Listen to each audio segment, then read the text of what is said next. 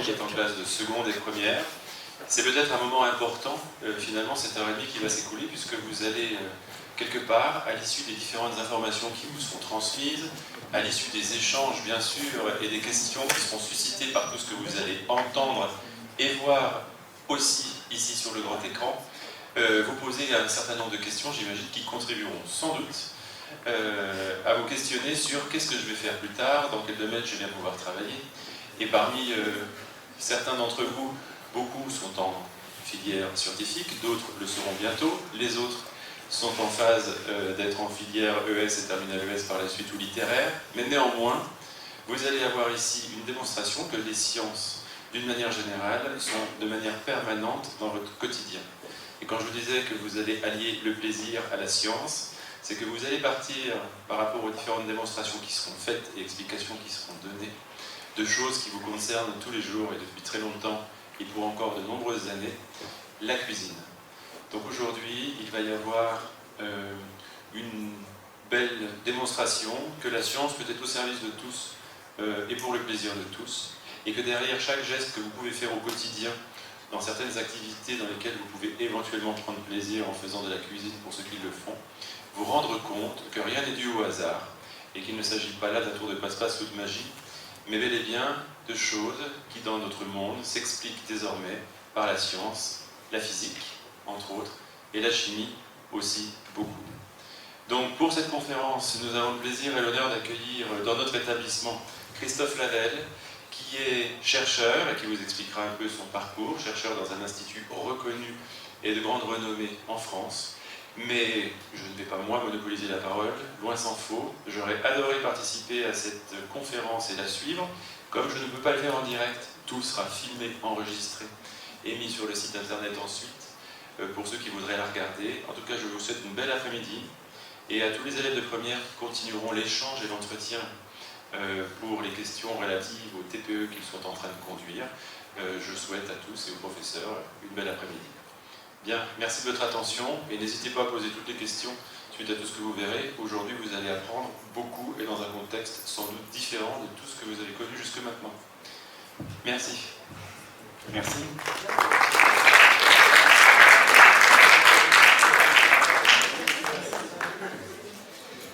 Bien, merci pour l'introduction et merci à toutes et à tous pour votre présence ici. Donc, j'espère que vous le savez, mais c'est la fête de la gastronomie en ce moment. Alors c'est une initiative française, la fête de la gastronomie, qui a lieu depuis 3-4 ans maintenant. Et en tant qu'initiative française, elle s'exporte aussi dans tous les lieux où la France est présente.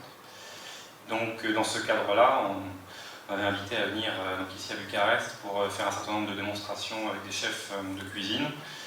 Et pour allier, on va dire, ce qui est la culture à la pédagogie, on a décidé que je vienne aussi un peu vous parler de ce sujet qui est la cuisine, qui effectivement est un sujet qui concerne tout le monde, puisque sans exception, on est tous amenés à se nourrir, avec cette idée que si non seulement, puisqu'on est obligé de se nourrir, si en plus on sait cuisiner, on aura une bien meilleure maîtrise de la manière avec laquelle on va se nourrir, ce qui est forcément mieux que de subir ce que voudraient nous faire manger les autres. Donc, et ça c'est quelque chose qui a toujours existé, on va dire, l'importance de la cuisine. Il faut dire que dans les médias, les choses ont évolué très très rapidement ces dernières années et vous le savez comme moi, que les émissions de télé n'en finissent plus de fleurir autour du sujet de la cuisine, que les magazines de cuisine remplissent les rayons de toutes les librairies. Et ce qui est plutôt bien, parce qu'encore une fois, comme c'est une activité essentielle, autant la maîtriser plutôt que la subir. Et forcément, il y a beaucoup de progrès à faire encore sur cette manière de cuisiner et le fait que, et surtout le nombre de gens qui cuisinent, il y a encore beaucoup de marge.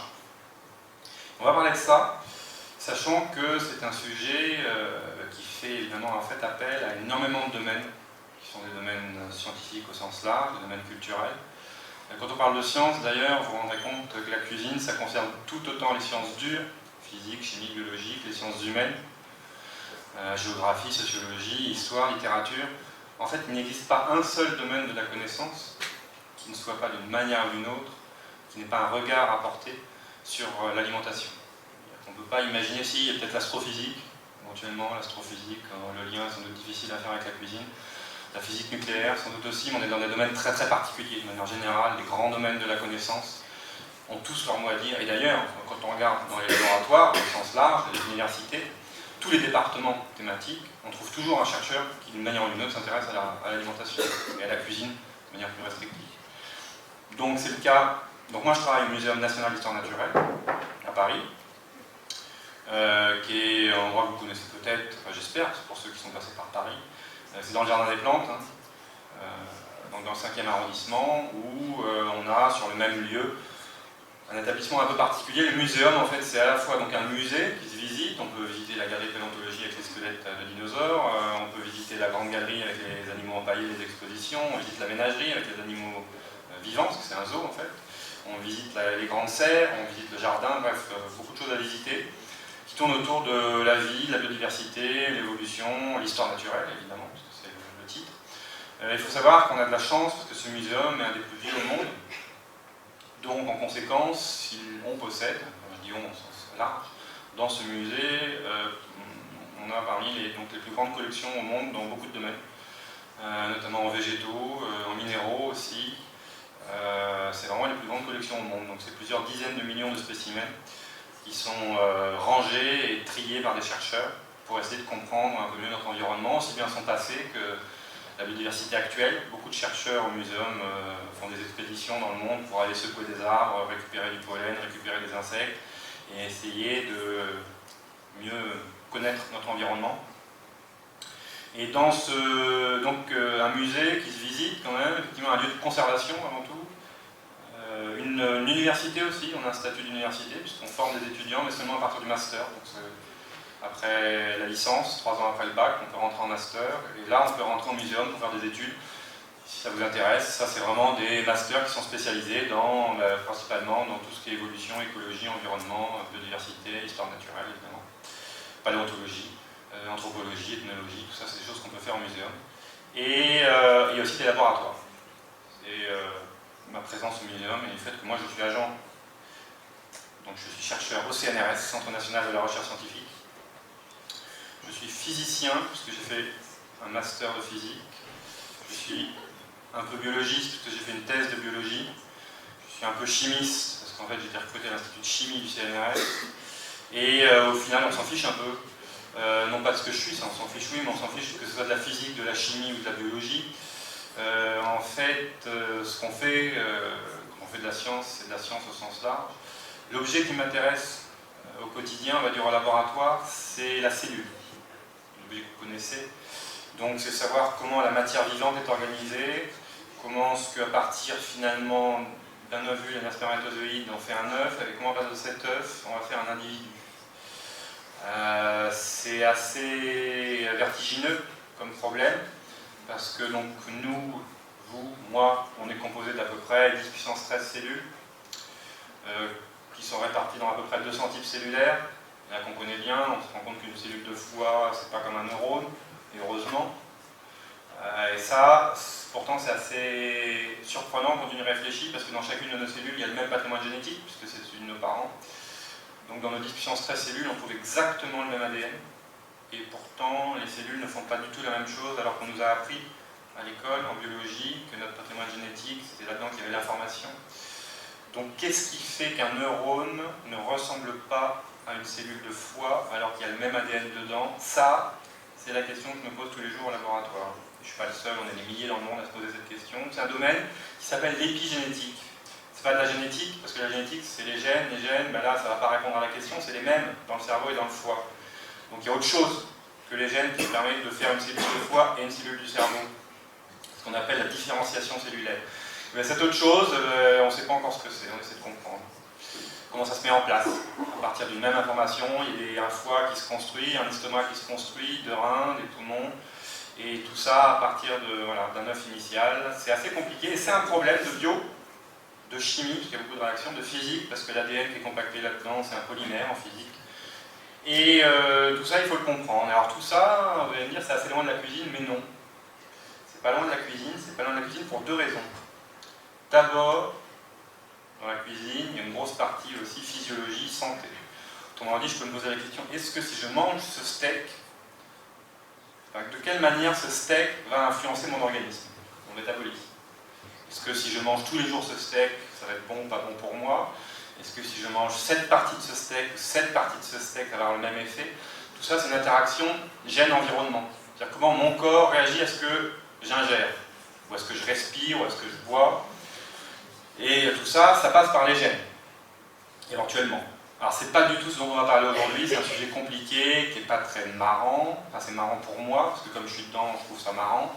En fait, on est obligé, quand on fait un truc 15 heures par jour, si on ne trouve pas ça marrant, on arrête tout de suite. Donc on ne voit pas forcément le côté très très rigolo de l'épigénétique, mais je vous assure, c'est extrêmement rigolo l'épigénétique, parce qu'on ne comprend rien, et quand on ne comprend rien, on se marre beaucoup. Et par contre, la cuisine a aussi un lien avec tout ça, puisque finalement, ça, c'est de la matière vivante, au départ, hein, là, plus trop maintenant, mais au départ un peu. Et donc finalement, si on comprend la matière biologique, c'est des bonnes bases pour commencer à comprendre ce qu'on va cuisiner. Parce que si je sais ce que c'est qu'un muscle, a priori, je comprends déjà mieux ce que c'est qu'un steak. Et si je comprends déjà mieux ce que c'est qu'un steak, j'ai déjà des bonnes bases pour me dire comment je vais le cuisiner. En plus, si j'ajoute à ça un peu de thermodynamique, un peu de physique, en me disant tiens, comment la chaleur va se propager dans un tissu comme ça, et puis si je rajoute un peu de chimie en me disant mais finalement, comment la chaleur va modifier les molécules qu'il y a dans ce steak, j'ai toutes les composantes pour comprendre la cuisson du steak. Et la chimie qu'il y a derrière, c'est la chimie des macromolécules. C'est-à-dire que qu'est-ce que je vais cuire? Je vais cuire des protéines, des glucides et des lipides. Donc, plus plein d'autres petites choses, bien sûr. Donc finalement, on est armé quand on s'intéresse à un problème aussi fondamental que l'organisme ou le cancer, qui sont des pathologies de l'organisme. Finalement, les bases physico-bio-chimiques sont les mêmes que si je m'intéresse à la cuisson d'un steak. C'est un peu raccourci, dit comme ça, mais c'est un peu ça l'idée. Je termine sur les détails. Ça, c'est mon mail. Si je le mets, c'est pour que vous puissiez l'utiliser. Donc, alors, surtout, si vous avez des questions, posez-les maintenant. Mais si par hasard, cette nuit, il y a d'autres questions qui vous viennent à l'esprit, eh bien, vous m'envoyez un mail et je me ferai un plaisir d'y répondre. Mon mail, là pour ça, MNHN, comme Muséum National d'Histoire Naturelle, c'est facile à retenir. Vous avez aussi les diapos, parce que comme il y a pas mal de photos dans ce que je vais vous montrer, autant les avoir en ligne. Donc vous avez le PDF en ligne, sur cette espèce de page dans laquelle je mets toutes les diapos des différentes conférences. Donc c'est rangé dans l'ordre chronologique. Donc là, j'ai dû mettre un fichier qui doit s'appeler Bucarest 2014, donc vous trouvez le fichier Bucarest 2014. Et du coup, vous devriez avoir toutes les images que vous allez voir par la suite. Si vous pas la peine de retenir ce lien, vous tapez Christophe Lavelle dans Google et c'est le premier lien qui vient, donc tout va bien. Il y a pas mal de choses assez peu intéressantes sur ce site pour vous, mais en tout cas dans l'onglet Teaching, qui correspond à renseignement, vous devriez pouvoir trouver les diapos. Avant de passer aux photos, il va y avoir quelques textes.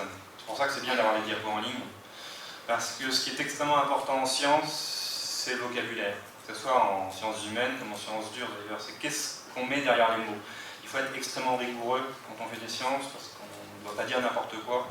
Et la première chose pour ne pas dire n'importe quoi, c'est de savoir exactement de quoi on parle. Et comme on va parler de gastronomie, il faut savoir ce que c'est que la gastronomie. On va aussi parler de gastronomie moléculaire. Et ça, il y a peu de gens qui savent vraiment ce que c'est que la gastronomie moléculaire. Donc on va le définir. La gastronomie, ça tombe bien, c'est assez facile à définir parce que historiquement, on peut remonter à la source. Gastronomie, c'est un mot grec. Ceux qui sont plus branchés sur les études de lettres, gastronomia, la loi du ventre. Gastro, le ventre, l'estomac, nomia, la loi, à peu près. Donc la loi du ventre, donc c'est un mot qui existait, gastronomia, plusieurs siècles avant Jésus-Christ, dans les écrits donc en Grèce, et il faut attendre pas mal de temps pour le trouver en français. La première fois qu'on le trouve en français, c'est en 1801, dans un poème lyrique signé de Joseph Berchoux, que personne ne connaît, et pour cause, il n'a rien écrit intéressant, sauf cette espèce de poème dans lequel il parle de gastronomie, il parle d'alimentation, il utilise ce mot grec. C'est la première fois qu'on le voit écrit en français. Et du français, il a irradié dans toutes les autres langues. En anglais, gastronomie, ça vient du français gastronomie. Voilà, c'est pas pareil, il y avait Y à la fin. Mais donc voilà, c'est le français qui l'a récupéré du grec et après c'est passé dans le reste des langues. Et en fait la définition, le vrai qui commence vraiment à parler de cette chose-là, c'est Brillat-Savarin, dont on connaît le nom à cause du fromage. Brillat-Savarin, qui est un excellent fromage d'ailleurs. Jean-Anthème Brillat-Savarin qui a écrit un ouvrage, Physiologie du goût, 1825, qui est une merveilleuse œuvre de littérature autour de l'alimentation. Scientifiquement c'est nul, mais c'est normal, c'est 1825, il y a 2 siècles, on ne connaissait rien à la physiologie du goût. Donc il ne faut pas le lire pour apprendre, la physiologie du goût, mais il faut le lire parce que c'est une œuvre de littérature. Quand je dis il faut le lire, il faut vraiment le lire, c'est une obligation. Donc la gastronomie est la connaissance raisonnée de tout ce qui a rapport à l'homme en tant qu'il se nourrit. C'est beau comme définition, et déjà ça permet de voir l'essentiel, c'est de la connaissance. La gastronomie, c'est pas de la haute cuisine, ou c'est pas une manière de cuisiner, c'est de la connaissance de la cuisine. Connaissance raisonnée de tout ce qui a rapport à l'homme en tant qu'il se nourrit. Et Brillat-Savarin continue sa définition. Alors après il y a des pages, mais je vous ai mis l'essentiel. Son but est de veiller à la conservation des hommes au moyen de la meilleure nourriture possible. Elle tient à l'histoire naturelle, donc la bio, par la classification qu'elle fait des substances alimentaires, à la physique, par l'examen de leur composition et de leur qualité, à la chimie, par les diverses analyses et décompositions qu'elle leur fait subir, à la cuisine, par l'art d'apprêter les mets et de les rendre agréables au goût. Ça, c'est la définition de la cuisine. Encore aujourd'hui, vous ouvrez Larousse, cuisine, art d'apprêter les mets, ou art de transformer les mets. À l'économie politique, par les ressources qu'elle présente à l'impôt, par les moyens d'échange qu'elle donne entre les nations, et on pourrait continuer à la sociologie, à l'ethnologie, à l'anthropologie, tous les champs disciplinaires, d'une manière ou d'une autre, ont leur regard à porter sur la gastronomie. Alors nous, on ne va pas regarder tout, aujourd'hui, ce qu'on va regarder de plus près, c'est la physique, la chimie, et un peu l'histoire naturelle au sens de la biologie. Alors la cuisine, on a dit que c'était l'art d'apprêter les mets. Donc, on va dire que c'est une espèce de composante, c'est la partie technique de cette connaissance. C'est que si je comprends les ingrédients, l'agriculture, la physiologie du goût, l'histoire de l'alimentation, si j'ai cette connaissance, il faut que je passe à l'acte aussi, que je cuisine. Et quand je cuisine, c'est la partie technique. Et ça repose, donc, on va dire, sur un acte de transformer les mets. Et évidemment, le mieux je connais, le mieux je maîtrise, enfin, le mieux je connais le produit et les techniques, le mieux je vais maîtriser la manière de transformer les mets. Et ça, c'est pas une histoire de scientifiques, c'est pas les scientifiques qui disent aux cuisiniers, attention, apprenez la science, vous cuisinerez mieux. C'est les chefs qui le disent. Et pas quand je dis les chefs, c'est pas les chefs, c'est le chef.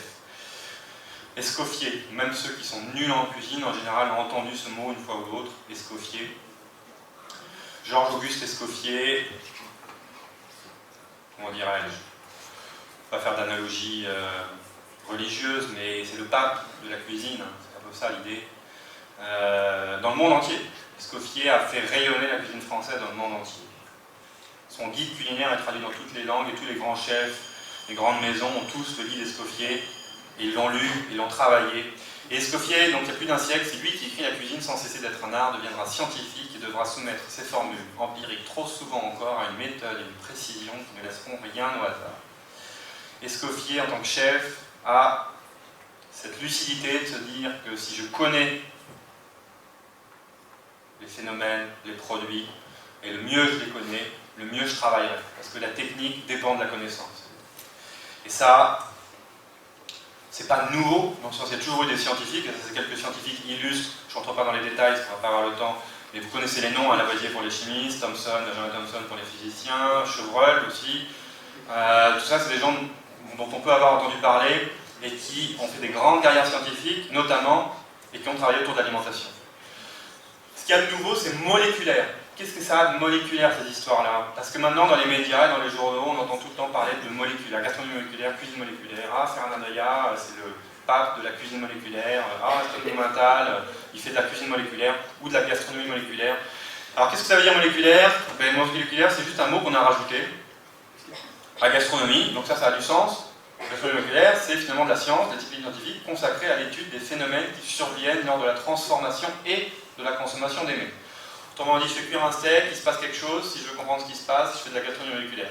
Je le mange, il y a un goût qui est généré, si je veux comprendre d'où vient ce goût, je fais de la gastronomie moléculaire. Je le mange toute ma vie, au bout de 10 ans, je déclenche éventuellement des pathologies ou pas, je veux comprendre si le fait d'avoir mangé du steak a changé ma santé. Si j'essaie de comprendre ça à l'échelle moléculaire, je fais de la gastronomie moléculaire. Ça, c'est la définition un peu raccourcie d'aujourd'hui, hein. C'est donc de la science. Voilà, j'encadre. Je pourrais reprendre Brillat-Savarin et dire que la gastronomie moléculaire, c'est la connaissance raisonnée à l'échelle moléculaire de tout ce qui a rapport à l'homme en tant qu'il se nourrit. Donc dès que j'essaie de comprendre un phénomène en cuisine et que j'essaie vraiment de le comprendre à l'échelle des molécules, on peut dire que je fais de la gastronomie moléculaire. En réalité, ça se fait uniquement dans les labos. Ça ne se fait pas en cuisine. En cuisine, on ne fait pas de science. En cuisine, on fait de la transformation des mets. Et éventuellement, donc du coup, les gens ont fini par dire que les chefs qui font des trucs bizarres avec de l'azote liquide, qui font fumer des machins, qui utilisent des sondes à ultrasons pour émulsionner, qui utilisent des bains-maries de laboratoire pour cuire à 52 degrés et pas à 53, ils ont commencé à se dire, et c'est un peu scientifique ce qu'ils font, donc ils ont appelé ça moléculaire aussi. Cuisine, donc du coup c'est devenu cuisine moléculaire, les chefs qui font des trucs bizarres. C'est débile comme appellation. C'est un truc de journaliste qui n'est pas très rigoureux. C'est débile parce que la cuisine moléculaire, c'est un induit en erreur, il n'y a rien de moléculaire, il n'y a rien de plus moléculaire dans une cuisine moléculaire, soi-disant, qu'une cuisine non moléculaire. Quand je fais un bœuf carotte, ou quand je fais un sorbet à l'azote liquide, il n'y a pas plus de molécules, ou d'interaction, ou de transformation, de quoi que ce soit. Ce que je fais dans les deux cas, c'est de la cuisine, point barre. Donc du coup, ce mot, il est un peu bête, ici, moléculaire, il n'a pas de sens. Du coup, il y a beaucoup de chefs qui se sont rendus compte quand même que ça n'avait pas de sens, et puis en plus, ils en avaient marre, parce que du coup, les journalistes leur disaient que ce qu'ils faisaient, c'était chimique. Ils disaient, mais non, c'est pas chimique, mais si, c'est moléculaire. Mais oui, mais ça n'a rien à voir. Donc du coup, ils utilisent d'autres mots. Alors les chefs, ils disent qu'ils font de la cuisine d'avant-garde, de la cuisine techno-émotionnelle. Ils font du déconstructivisme culinaire. Certains font du constructivisme culinaire, avant d'avoir fait du déconstructivisme. Ils font de la cuisine moderne, ils font de la cuisine moderniste, ils font de la cuisine expérimentale, ils font éventuellement de la nouvelle cuisine. D'où le titre. Parce qu'en fait, nouvelle cuisine, ça a déjà été fait dans les années 70. Go et Millot, ils ont lancé la nouvelle cuisine. J'en dirai 2 mots après. Donc du coup, comme c'est du nouveau, parce que c'était déjà nouveau il y a 40 ans, donc maintenant c'est la nouvelle cuisine. Avant, la nouvelle cuisine qui apparaîtra prochainement. Mais donc chacun utilise son mot, bref, peu importe. Enfin, peu importe, si c'est important de dire que c'est vraiment aucun sens ici. Là, ça a du sens, c'est de la science. Oui, la science peut l'être à l'échelle moléculaire. C'est l'échelle de description, ça me va très bien. Mais la cuisine n'est pas plus, c'est pas parce qu'on fait des trucs nouveaux que c'est plus moléculaire ou moins moléculaire.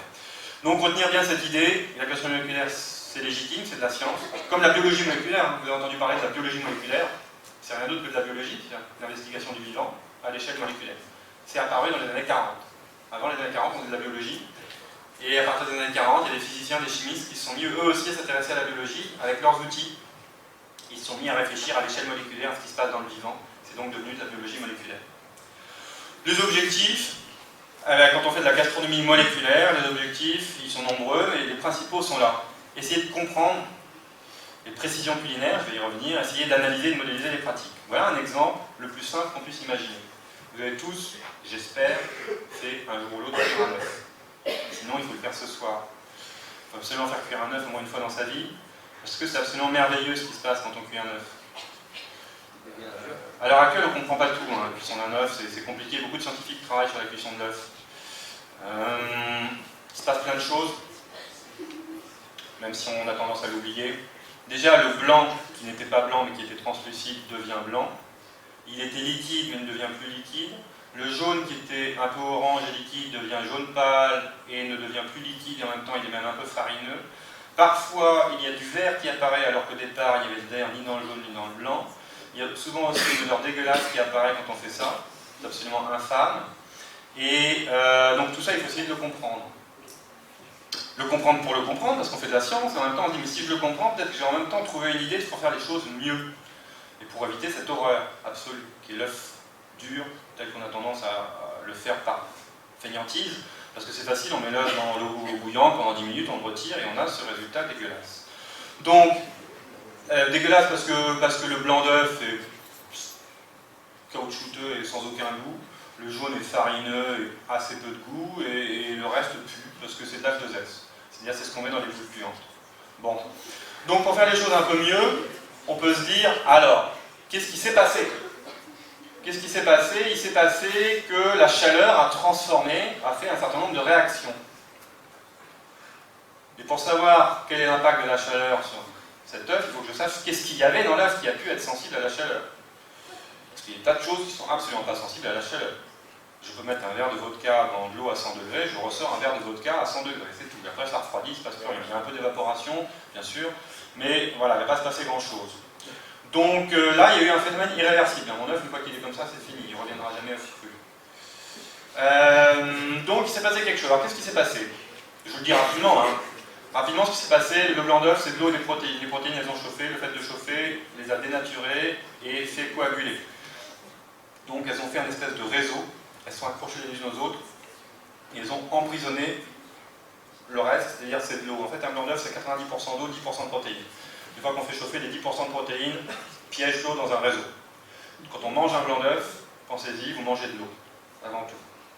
Et des protéines. C'est pour ça que les sportifs mangent énormément de blanc d'œuf, parce qu'on mange de l'eau et des protéines. Donc c'est bon pour le corps, surtout si on fait un peu d'exercice derrière. Le jaune d'œuf, c'est un tout petit peu plus subtil, c'est un mélange de 50% d'eau, ça se voit pas, mais c'est plein d'eau, jaune d'œuf. 35% de lipides, c'est très gras, le jaune d'œuf, et 15% de protéines. Plus d'autres choses, hein, de vitamines, des minéraux, etc. Mais voilà, principalement de l'eau, des protéines, du gras. Donc c'est un peu moins bon pour les sportifs, il y a l'eau et les protéines, ok, mais il y a du gras, bon, mais c'est meilleur en goût. Quand on le fait cuire, pareil, les protéines vont coaguler et emprisonner le mélange eau et gras. Le vert, c'est un peu subtil, c'est quand on cuit beaucoup trop. Quand on cuit trop longtemps, en fait, les protéines qui sont à l'intérieur, il y a du soufre dans ces protéines. En général, le soufre reste dans la protéine, il ne sort pas. Quand on chauffe trop, la protéine finit par réagir et elle lâche une partie du soufre qui va s'associer à de l'hydrogène et former une molécule qu'on appelle H2S. H2S, c'est la molécule de la boule puante. Donc, c'est pas difficile à éviter, ça n'arrive que si on chauffe trop fort et trop longtemps l'œuf. Moralité, un œuf cuit à basse température va être bien meilleur, bien plus moelleux, il ne va pas être caoutchouteux, il va avoir un goût bien plus intéressant. On va y revenir avec un petit tableau sur les œufs juste après. Donc ça c'est voilà typiquement, alors je pourrais vous parler pendant une vingtaine d'heures des œufs, on ne va pas le faire ça maintenant parce qu'on n'a pas 20 heures, il y a d'autres sujets qui sont intéressants aussi. Donc on va tout de suite passer, voilà un exemple d'investigation d'un truc très simple, se faire cuire un œuf. Alors imaginez quelle complexité on arrive si maintenant on essaie d'appliquer ce type de raisonnement à faire cuire un steak. Sachant qu'un steak c'est infiniment plus compliqué qu'un œuf. Bon. Sinon, à part ça, je prends un livre de cuisine et j'étudie les recettes. Vous voyez, je prends la tante Colette. Ça, je prends la tante Colette. Je prends le livre de la tante Colette. Et dans le livre de la tante Colette, il y a une recette. Tante Colette, 1907. 1907 et compote de poire. Alors, on prend n'importe quel livre d'aujourd'hui. Hein. Elle nous explique comment faire la compote de poire. Prenez une dizaine de poires de moyenne grosseur, pelez-les, mettez-les au fur et à mesure dans l'eau froide, faites fondre ensuite la feuille d'eau dans un poêlon, 55 g de sucre, en morceaux avec un peu d'eau. Dès que le sucre est fondu, placez les poires, arrosez-les de jus de citron si vous désirez que les poires restent blanches. Si vous les préférez rouges, il ne faut pas ajouter du citron, il est indispensable de cuire jamais. C'est la recette. Donc, on regarde la recette. Le scientifique qui fait de la gastronomie moléculaire va regarder la recette. J'ai pris une recette au hasard, n'importe quel livre de recette aujourd'hui, le Jamie Oliver, le Cyril Lignac, tout ce que vous voulez. On ouvre, au hasard, on prend une recette et on la regarde. Premier travail du scientifique, c'est un travail de linguiste. Il faut que je sépare en deux champs sémantiques la définition et la précision. Ça y est, c'est fait. Ce que j'ai encadré, c'est la définition de la compote de poire. C'est-à-dire que c'est quelque chose que je ne vais pas étudier, on n'étudie pas une définition. Je prends des poires, je prends du sucre, je cuis, ça, c'est l'équation minimale de la compote de poire. Si j'ai pas de poire, c'est pas une compote de poire. Si j'ai pas de sucre, c'est pas une compote, c'est une purée. Si je ne cuis pas, il ne se passe rien. Donc je ne vais pas étudier ça. Donc, il y a des bouquins de cuisine qui existent comme ça, mais qui ne se vendent pas pour le grand public, parce que c'est pas vendeur. Si j'avais un bouquin, je l'ouvre, compote de poire, poire plus sucre, cuisson, pour refaire, on ne l'achète pas. Mais les professionnels aiment bien ça, ils ont des petits bouquins comme ça, tout petits, hein, dans lesquels il y a 1000 recettes, c'est juste une sorte de mémo. Et tiens, alors pas pour la compote de poire, mais pour la sauce béarnaise, ah au fait, tac, ils ouvrent, il y a des ingrédients, la transformation minimale, et eux ils savent faire, ils l'ont déjà fait, mais ils veulent juste éventuellement se souvenir de ce qu'il faut mettre. Et donc là, on met de côté, il n'y a rien à étudier.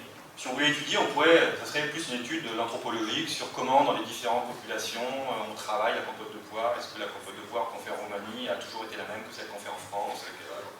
Bref. Non, là ce qu'on veut, c'est tout le reste. C'est pourquoi est-ce que la tante Colette nous explique comment faire. Elle nous dit de prendre une dizaine de poires de moyenne grosseur. Pourquoi pas 5 grosses ou 20 petites? Pourquoi 10 de moyenne grosseur? Est-ce que c'est important ou est-ce que c'est juste pour nous donner une indication comme ça, pour savoir à peu près, parce qu'après elle va nous donner une quantité de sucre, alors il faut ajuster un peu. C'est vague, à moyenne grosseur, je ne sais pas trop ce que c'est. Bon, bref, admettons. Pelez-les. Ouais, c'est un choix.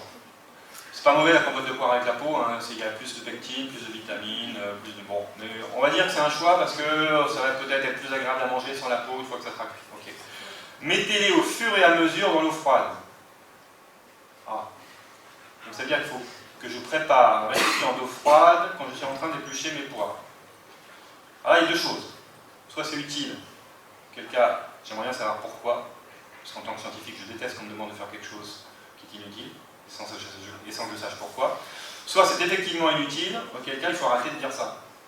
Et le chef, il faut lui dire, attends, les poires là, tu t'emmerdes pas avec ton bain d'eau froide, ça sert à rien. Donc, fais-le pas. Bon. Faites fondre ensuite à feu doux. Pourquoi à feu doux? Dans un poêlon, 125 g de sucre en morceaux avec un peu d'eau. Alors pourquoi est-ce que la tante Colette me dit de prendre du sucre en morceaux alors que moi j'ai du sucre en poudre et que ça j'aimerais bien pouvoir faire ma compote avec, mais elle me dit que ce soit du sucre en morceaux? Pourquoi est-ce qu'elle me dit d'ajouter un peu d'eau alors que de toute façon après ça va cuire, l'eau va s'évaporer? Pourquoi est-ce qu'elle me dit à feu doux alors que moi j'aimerais bien que ça soit vite fait cette histoire parce que je sais pas que ça va faire? Et pourquoi est-ce qu'elle me dit que dès que le sucre est fondu, après ceci les poires, alors que moi j'aimerais bien pouvoir faire tout ça d'un coup, donc balancer dans ma casserole à fond, mon sucre, mes poires, je ferme, je reviens dans 10 minutes, c'est réglé. Si elle dit tout ça, il y a deux solutions. Soit elle se fout de nous, et tout ça, il n'y a pas vraiment d'intérêt, auquel cas il faut arrêter de suivre tous ces préceptes, qu'on appelle des précisions. Tout ça, ce sont des précisions culinaires. Soit c'est effectivement important, pour avoir une belle compote de poire, de faire exactement comme ça, auquel cas moi j'aimerais bien savoir, physico-chimiquement, pourquoi. Et alors là, la fin, c'est quand même la fin qui tue. Arrosez-les de jus de citron, et elle nous dit pourquoi cette fois. Elle ne dit pas arroser du citron. Elle dit arrosez-les de jus de citron si vous désirez que les poires restent blanches. Mais si vous les préférez rouges, cuivre et tamé. Ah, il faut faire la manip. Il faut le faire. Alors cuivre et tamé, c'est pas forcément facile, puis c'est un peu toxique. Mais le jus de citron, ça va être facile à faire. On fait la compote de poire, la double compote, toutes choses égales par ailleurs, on sépare, jus de citron, pas de jus de citron, on regarde la couleur. Est-ce que c'est vrai ou pas vrai? Oui. Oui, le résultat, mais faites-le, c'est vrai. La compote avec le jus de citron est plus blanche que la compote sans jus de citron. C'est génial, parce que du coup, il y a un truc à comprendre. Quand il se passe quelque chose, dès qu'il se passe quelque chose, il y a un truc à comprendre. Quand il ne se passe rien, a priori, il n'y a rien à comprendre. Mais là, il se passe quelque chose. Alors bon, il faut comprendre. Bon, je vous laisserai comprendre. Je vais réfléchir un peu. Sachant qu'aujourd'hui, on a compris. Enfin, ça fait un petit moment qu'on a compris. Ça repose sur un phénomène, je vous donne le mot-clé, je ne vous donne pas tous les détails. Toute cette histoire est une histoire qui est basée autour de ce qu'on appelle le brunissement enzymatique. Un mot un peu chic. Brunissement enzymatique, c'est facile en cuisine, il y a deux types de brunissement. Il y a le brunissement enzymatique et il y a le brunissement non enzymatique. Comme ça, c'est assez facile à retenir. Le brunissement enzymatique, c'est celui-là. Celui qui fait quand vous coupez vos bananes, elles viennent marron, quand vous coupez les poires, elles viennent marron, quand vous coupez les pommes, elles viennent marron, quand vous faites un guacamole et que vous faites la gaffe, il devient marron. Et tout ça, ça n'a aucune influence gustative. Mais on n'aime pas trop ça, parce que quand on regarde un guacamole tout marron, on se dit il est dégueulasse ton truc, et tu l'as fait avant-hier, alors qu'on vient de le faire. Mais il est marron parce qu'il y a une réaction qui a lieu. Et pareil pour la salade de fruits, si on sert une salade de fruits, vous allez au supermarché, ou pour une salade de fruits soi-disant frais et que les pommes sont toutes marron, ça ne donne pas envie. Alors qu'à l'aveugle, impossible de détecter. Vraiment, je mange un truc marron ou pas marron, aucune différence. Mais à l'œil, pas beau. Bon. Alors, réfléchissez un peu, parce que c'est quelque chose d'intéressant, le brunissement enzymatique. Le non enzymatique, c'est celui qui se passe quand vous faites griller votre pain ou quand vous faites du caramel. Il n'y a pas d'enzyme, mais il y a quand même un changement de couleur. Ça brunit. On va y revenir. Bref, plein de choses à étudier là-dedans. Et une fois qu'on a étudié, on se dit, bon, c'est bien, on fait de la science, mais il y a peut-être des applications. Et oui, il y en a. Si on comprend plein de trucs, on peut peut-être, au-delà du fait de comprendre, on va peut-être améliorer une manière de faire, mais surtout, on va peut-être inventer des nouvelles manières de faire. Et pourquoi pas inventer des plats nouveaux. Ça pourrait être pas mal. Alors voilà. On a des outils nouveaux. Les scientifiques me disent, bah, tiens, tu vois, j'ai réussi à fabriquer une bouteille. Alors le truc, c'est, tu vois, tu mets un truc dedans, là, j'injecte du gaz, c'est du protoxyde d'azote. J'en mets dedans, ça monte à 8 bars. Est-ce qu'on pourrait pas faire un truc marrant en cuisine? Bah si, parce qu'après, hop, ça fait de la mousse. Bon, c'est nouveau. Il y a 30 ans, ça n'existait pas, ça, et aujourd'hui, tous les cuisiniers ont un siphon dans leur cuisine. Comme ça, quand tu veux faire une mousse à la minute, comme ça, par exemple, ça, c'est une chantilly de mangue, mais sans chantilly, mais avec de la mangue. Bref, c'est de la mousse de mangue sans matière grasse. C'est-à-dire c'est juste de la mangue avec du sucre, un peu de gélatine, paf, paf, on met ça dans la bouteille, hop, ça sort, c'est comme de la mousse à raser, mais c'est un meilleur goût, parce que c'est de la mangue. Et c'est sucré, il n'y a pas de matière grasse, c'est des fruits, c'est des fibres, des vitamines, il n'y a pas de cuisson, c'est merveilleux. Ça, impossible de le faire sans siphon. Donc c'est nouveau. On pouvait faire des mousses avant avec de la mangue, mais c'est pas les mêmes textures, pas les mêmes choses. Donc c'est nouveau. Ça, donc c'est un caviar de grenadine. Ça coûte moins cher que le vrai caviar. Bon, c'est moins bon aussi, enfin ça dépend si on préfère la grenadine ou le goût du caviar, mais c'est une technique qu'on appelle la sérification, qui consiste à prendre un jus et en maîtrisant un peu ce qu'on fait, c'est-à-dire en mettant de l'alginate de sodium dedans, en faisant un bain de calcium, et en faisant tomber goutte à goutte les gouttes de jus d'alginate dans le calcium, on crée une pellicule gélifiée et on retire ça avant que ça devienne gélifié à l'intérieur, et donc on a un truc comme un œuf de saumon. On met dans la bouche, une petite pellicule, tac, ça casse, à l'intérieur c'est liquide. Comme quand on mange un œuf de saumon, sauf que ça c'est un œuf de grenadine. Et alors on peut faire avec n'importe quoi, hein. Si je prends du vin, je fais un œuf de vin, si je prends de la sauce de soja, je fais un œuf de sauce de soja, et ça peut être plus ou moins intéressant. Du citron, c'est bon, un petit caviar de citron comme ça. Avec le soja, c'est bon aussi, hein. On le fait souvent en restaurant. Enfin, quand je dis on le fait souvent en restaurant, donc je suis scientifique, mais j'interviens beaucoup en lycée hôtelier. C'est pas dans le labo que je fais des trucs comme ça, c'est dans les lycées hôteliers avec les profs de cuisine. En fait, je forme les profs de cuisine. Donc, quand on fait des travaux avec les profs de cuisine, on fait des caviars de citron qu'on sert éventuellement dans le restaurant d'application, ou des caviars de soja avec des gambas rôtis. Au lieu de mettre une sauce soja comme ça, un peu sale, dessus on fait un petit caviar de soja, c'est très bon. Donc, quand on mange du vrai caviar, en général, on aime bien boire un petit peu de vodka avec. Si on fait un caviar de vodka avec le caviar, on a un effet translucide qui est merveilleux, parce que le caviar de vodka, c'est type translucide, surtout si on prend la vodka Goldwasser avec des petites paillettes d'or dedans. Et ça, sur le caviar, c'est très très chic, très très chic. Et c'est bon. Et ça, c'est nouveau, parce que c'est fait avec de l'alginate et du calcium. Alors, on va dire c'est chimique, oui et non, parce que l'alginate, c'est des polysaccharides extraits d'algues, complètement, entre guillemets, naturels, enfin aussi naturel que le sucre est naturel parce qu'il est extrait de betterave. Donc voilà, le calcium, c'est du calcium, parfois c'est plutôt bon le calcium. Donc voilà, on arrive, alors ça c'est des exemples un peu isolés, on va dire, un type de technique, mais ce qu'on a dans les restaurants, c'est des trucs comme ça, tout nouveau. C'est-à-dire qu'en fait, c'est une espèce de truc que je vous donne si vous voulez savoir si vous avez affaire à un restaurant moléculaire ou pas moléculaire. Si vous reconnaissez ce qu'il y a dans l'assiette, c'est pas moléculaire. Si vous ne reconnaissez rien, vous pouvez vous dire que vous êtes sans doute dans une mouvance moléculaire. Même si je dis que moléculaire, ça ne veut rien dire, les chefs l'utilisent encore, beaucoup de gens l'utilisent encore. Donc on va dire un restaurant moderniste, entre guillemets, dans cette mouvance. Il y a cette tendance sur laquelle on va revenir, de nouvelles cuisines, dans lesquelles tout est déstructuré, restructuré, on ne reconnaît plus rien, et même des fois quand on le mange, on ne reconnaît toujours pas. Alors après, la subtilité, est-ce que c'est bon ou pas bon? Alors c'est une fausse question. Si le chef est bon, c'est bon. Si le chef n'est pas bon, c'est pas bon. Ça ne change pas.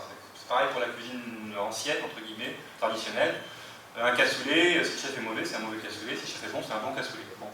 Et bien là, on a une préparation. Alors on ne sait pas ce que c'est, mais si le chef est bon, ça doit être bon normalement. Ça, c'est un chocolat chantilly. C'est ce qu'on a fait ce matin avec les élèves de primaire. En fait, on prend du chocolat, on le fait fondre, on le fouette dans la glace, ça mousse.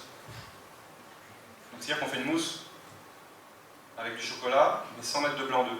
Donc on ne fait pas une mousse au chocolat, on fait une mousse de chocolat. C'est subtil. C'est tellement subtil que du coup on l'appelle plutôt chocolat chantilly. Parce que comme c'est le même principe que la chantilly, je prends de la crème, je mets du sucre, je la fouette dans des glaces, ou je la fouette dans un récipient bien froid, et ça finit par mousser. Et ça, après, je mets ça avec mes fraises et je suis content. Parce que ça permet de mettre plein de crème sur les fraises, que ça ne coule plus, ça reste accroché.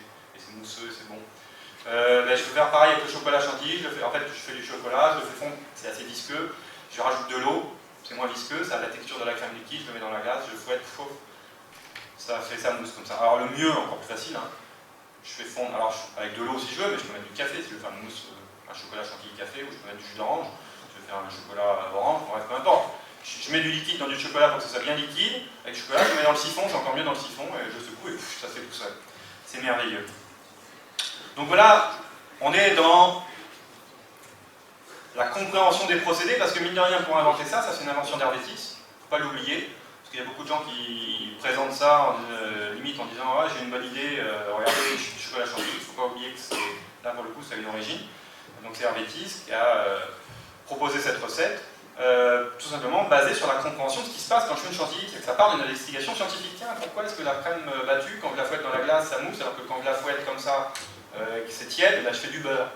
Parce que c'est comme ça qu'on fait le beurre. On rappelle quand même, il faudrait qu'il y ait du beurre, on prend de la crème, on le mélange, mais pas à froid, plutôt à chaud. Et à la fin, il y a des trucs qui flottent, un peu jaune, des trucs qui flottent, et les gros grumeaux qui flottent, c'est du beurre.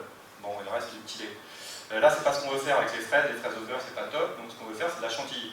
Et donc pour ça, la seule nuance, c'est de faire ça à froid, parce qu'à froid, la matière grasse va cristalliser, et pendant qu'on est en train de mettre de l'air, ça devient de plus en plus visqueux.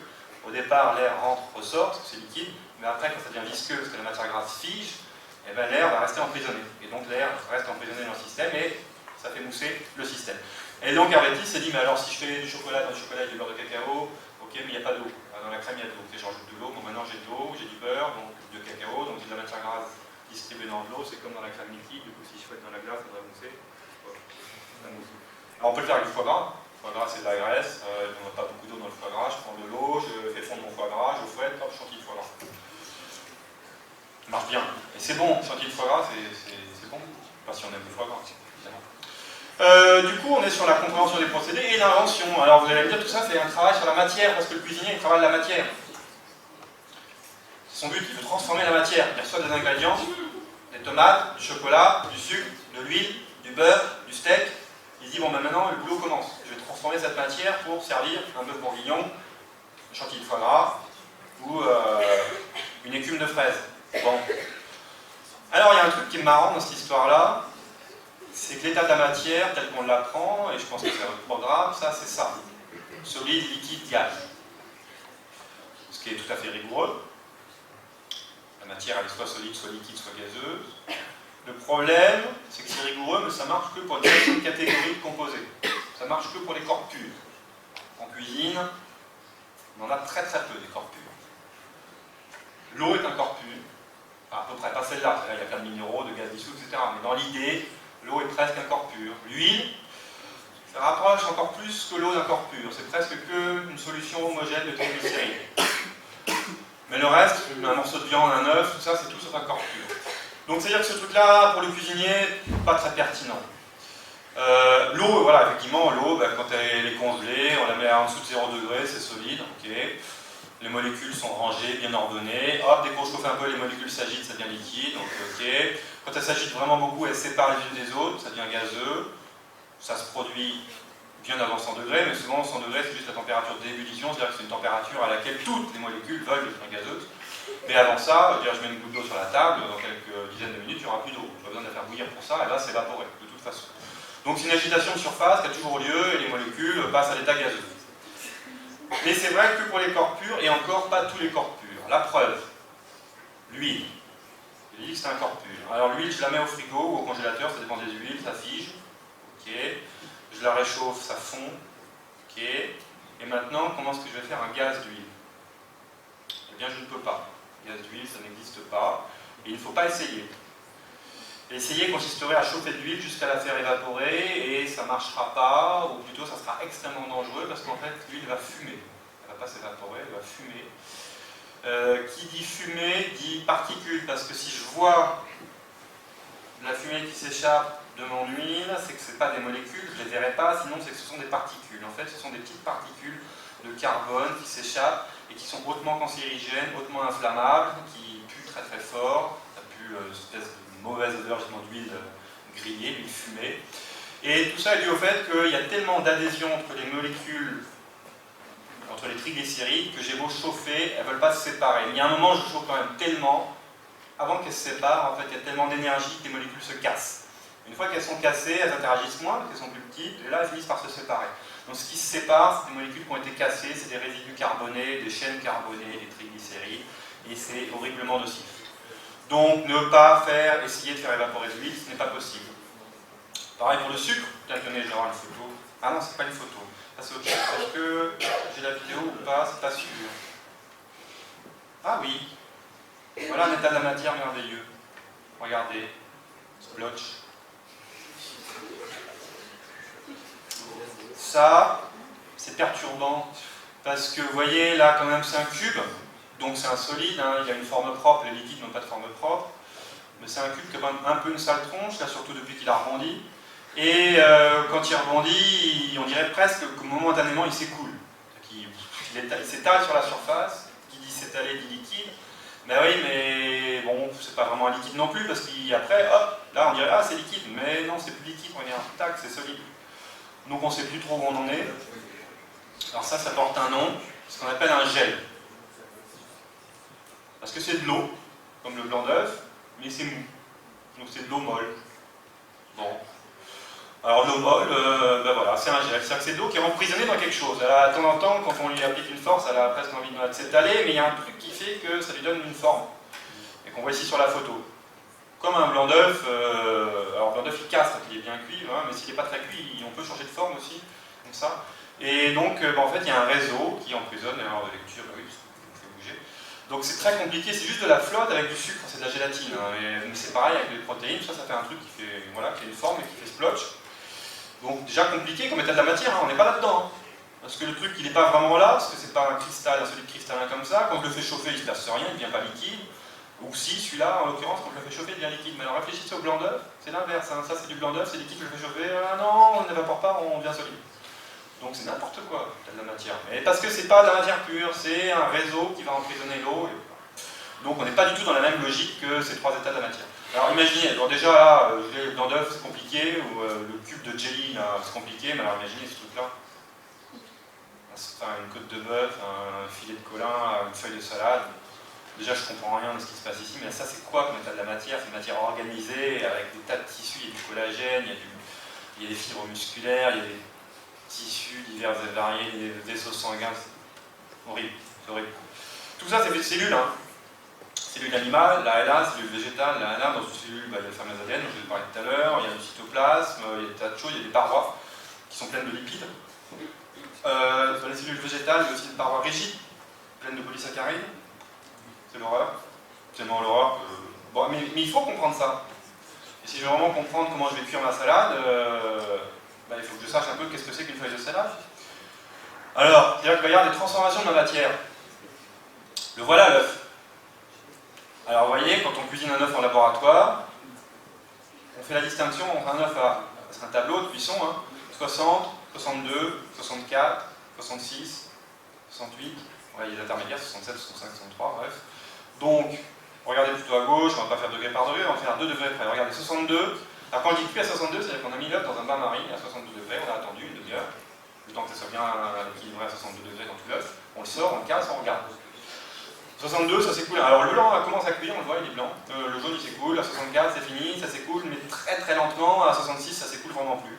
Mais c'est mou. Alors 65, c'est le mieux. Enfin, c'est le mieux, c'est-à-dire que pour avoir essayé, beaucoup de chefs ont essayé ça, et 64, 65, c'est bien. 64, ça s'écoule encore un tout petit peu. 66, ça commence à être un peu trop ferme. 65, c'est nickel. Donc d'ailleurs, on le voit sur certaines cartes, la recette, il propose l'œuf à 65 degrés. Servi avec des petites asperges, du sel de légumes, tout ce qu'on veut, bref, un toast, peu importe, ça c'est le travail du cuisinier. Mais le cuisinier, aujourd'hui, sait qu'un œuf cuit à 65 degrés n'aura pas le même goût, parce que c'est une affaire de goût, la texture aussi, qu'un œuf cuit à 67 ou à 62. Parce que tout ça, ça polymérise les protéines différemment, donc c'est important. Alors là, pièce de viande, pareil. Regardez, un seul morceau de viande, 3 couleurs, déjà, il y a une couleur, c'est à l'œil, mais si on descend au microscope, il y a plein de différences. Le goût de la viande qui est là ne sera pas du tout le goût de la viande qui est là, qui ne sera pas le même, lui aussi, que le goût de la viande qui est là. Pourtant, au départ, c'était une pièce unique, on va dire. Donc ça pose des tas de questions. Qu'est-ce qui s'est passé? Pourquoi ça change de couleur? Pourquoi ça change de texture? Pourquoi ça change d'odeur? Quand je fais griller un steak, une odeur de steak grillé, elle vient d'où cette odeur? Parce qu'elle n'est pas présente dans la viande, elle est présente dans la transformation de la viande. C'est-à-dire qu'il y avait des molécules qui étaient là pour réagir et qui étaient prêtes à générer des nouveaux arômes, qui sont sympathiques parce qu'on aime bien cette odeur de grillé. Alors là, voilà typiquement une réaction de brunissement, parce que ça brunit, non enzymatique, parce que là les enzymes elles y sont pour rien. Normal qu'elles y soient pour rien, parce que quand on chauffe, on tue les enzymes. Donc c'est pas les enzymes qui peuvent faire ça. Donc, il s'est passé un truc chimique. Chimique, c'est pas un gros mot, chimique, c'est un truc chimique parce que ça a lieu, il y a des réactions chimiques. Voilà des pièces de viande comme les œufs, là, ou des pièces de poisson, c'est-à-dire que c'est cuit dans des bains-maries à différents degrés. Là aussi, changement de couleur, changement de texture. Sur le saumon, ça se voit bien, on perd l'orange pétant, ça devient un peu orange pâle. C'est ça qu'on appelle le rose saumoné, un peu. Bon. Alors cette couleur, elle est assez marrante, elle est due à un pigment qu'on appelle l'astaxanthine, qu'on trouve dans le saumon, et qui est dû à ce que mange le saumon. Le saumon, il mange des crevettes et du krill, micro-organismes là, qui sont riches en cette molécule, et qu'après qu'ils stockent dans leurs muscles, et qui donnent cette couleur orange. Aucun intérêt sur le goût, quoi que ce soit, c'est juste la couleur qui est sympathique. Parce que les gens aiment bien cette belle couleur, elle est surprenante. Pour information, comme ça correspond à une alimentation des poissons sauvages, les poissons d'élevage qui sont élevés à la farine, a priori seraient plutôt orange très très pâle. Mais comme c'est pas vendeur, on leur rajoute, des industriels leur mettent des additifs dans leur farine, ils mettent de l'astaxanthine purifiée pour les forcer à avoir une belle couleur orange, comme ça le client il est content, il se dit wow, j'ai un beau saumon sauvage, alors qu'il bouffe de la merde. Donc là, pareil pour les végétaux. Les végétaux, quand même que, oui, aussi, parce que ça, on m'avait posé la question aussi pour l'histoire de la staxanthine. Il y a un truc qui est rigolo dans les crevettes. On a l'habitude de manger des crevettes roses quand elles sont cuites, mais pour ceux qui ont eu la chance de pêcher des crevettes, elles sont que dalle rose. Elles sont translucides, vous voyez. Et c'est assez marrant parce que du coup, elles sont pleines d'astaxanthine, parce que les poissons ils mangent des crevettes, donc c'est comme ça qu'ils deviennent orange, mais du coup ça devient orange que quand ils les mangent, parce qu'en fait l'astaxanthine dans les crevettes, elle est piégée dans des protéines, et les protéines empêchent le pigment d'avoir une conformation qui lui donne sa couleur orange.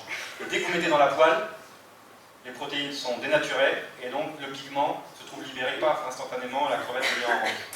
Donc vous y penserez, prochainement vous ferez poêler des crevettes vivantes, parce qu'il faut faire poêler des crevettes vivantes, pour avoir les vrais, déjà pour cuisiner les crevettes.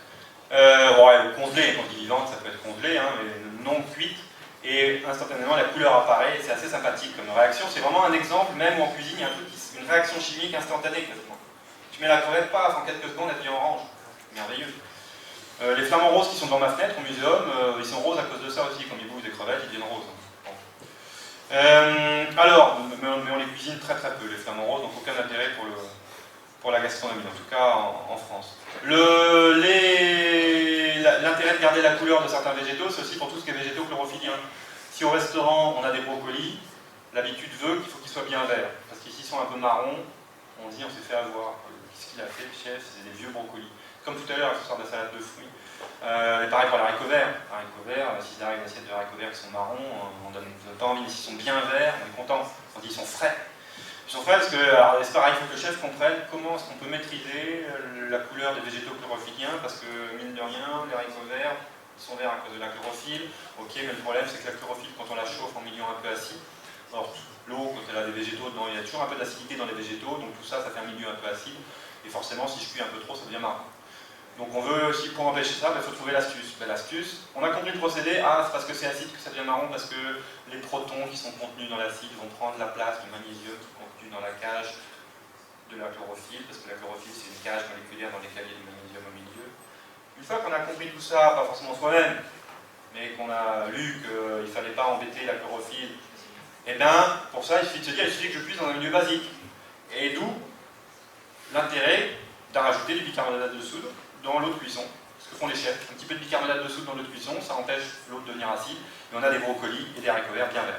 Ça c'est une pomme soufflée, c'est une recette traditionnelle du répertoire culinaire français, très compliqué à faire, c'est une technique de cuisson, on prend des tranches de pommes de terre, de la bonne épaisseur, on les éponge, on les cuit dans plusieurs bains de friture à différentes températures, à la fin si on travaille bien, flot, ça souffle.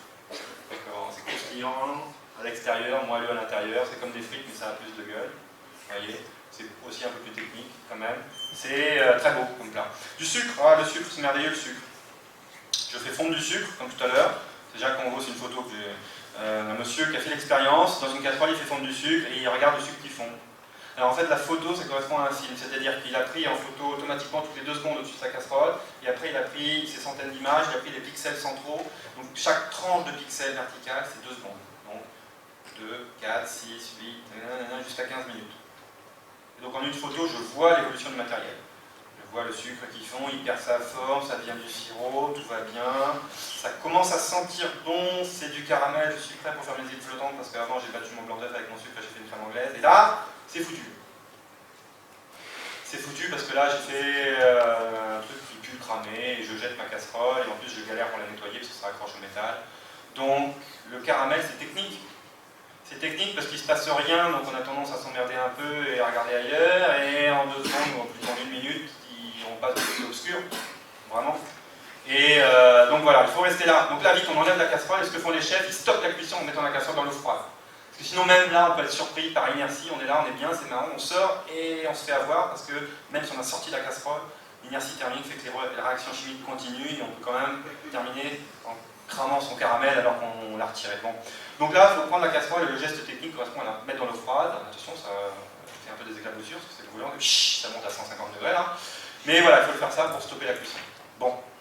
Et là, on a un beau caramel liquide, alors on peut s'amuser, on peut faire des cheveux d'ange, on peut faire des décors en sucre, on s'amuse comme un fou. Ça a plein de goût ça, mais ce qui est fou, c'est que c'est encore pur au début, c'est du saccharose.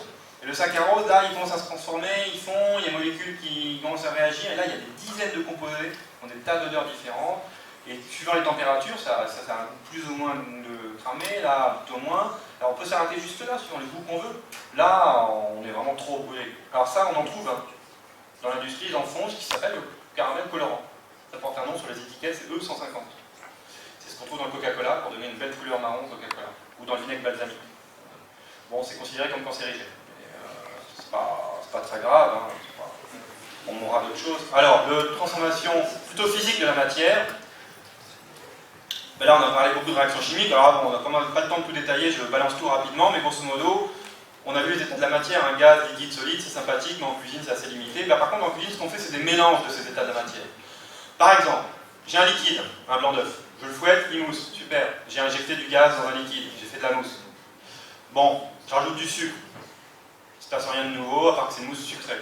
Je la passe au four, l'eau s'évapore, ça ne s'écoule plus, j'ai fait une mousse solide. C'est-à-dire que j'ai mis du gaz dans un solide. C'est-à-dire que ma meringue, c'est une mousse solide. Ça ne s'écoule pas, ça craque. C'est les protéines du blanc d'œuf qui ont fait un réseau, le sucre qui maintient tout ça, et au milieu il y a les bulles d'air. Et ce que je mange, c'est une meringue. Donc là, je mange un blanc d'œuf, par exemple. Là, je mange une meringue. Bon. Aérosol, c'est un spray, on s'en fout. Aérosol solide, c'est des particules de solide dans un gaz, c'est de la fumée, ce qu'on voyait tout à l'heure qui s'échappe de l'huile. On voit un truc, là, c'est des particules. Ou... Bon, on ne cuisine pas ça. Émulsion, intéressant. Émulsion, je mélange deux liquides. Vous allez me dire, c'est facile. Bah oui, si je mélange deux liquides qui veulent se mélanger, c'est facile. Mais si je veux mélanger deux liquides qui ne veulent pas se mélanger, ça devient de la physique rigolote. Et utile. Enfin, toute la physique est utile, d'ailleurs, utile pour la cuisine. Pourquoi? Parce que, par exemple, si je veux mélanger un truc qui ressemble à de l'eau et un truc qui ressemble à de l'huile. Il y a du saindoux, de la graisse, du beurre, et puis de l'autre côté, j'ai du vin, du jus d'orange, du Grand Marnier, peu importe, un truc qui est plutôt autour de l'eau.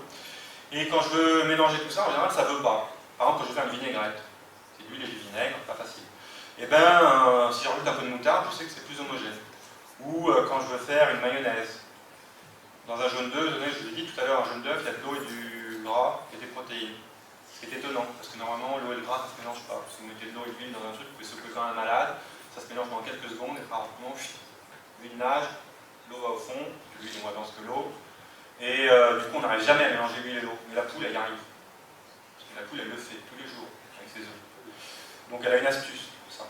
Elle met un émulsifiant, qu'elle fabrique elle-même, et qui permet de faire ce qu'on appelle une émulsion, c'est-à-dire mélanger de l'eau et du gras. En fait, quand on met de la moutarde, on met un émulsifiant. Bon. Donc c'est bien, ça c'est pour faire de la mayonnaise, de la béarnaise, de la hollandaise, tout ça c'est des sauces qu'on a des sauces émulsionnées, de la vinaigrette, c'est sympathique.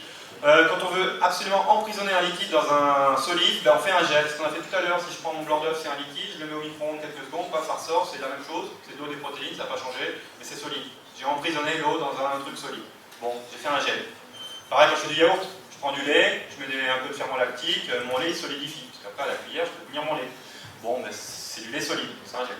C'est pas vraiment solide, mais ça se tient. Suspension, c'est ce que vous faites quand vous faites des pâtes à crêpes.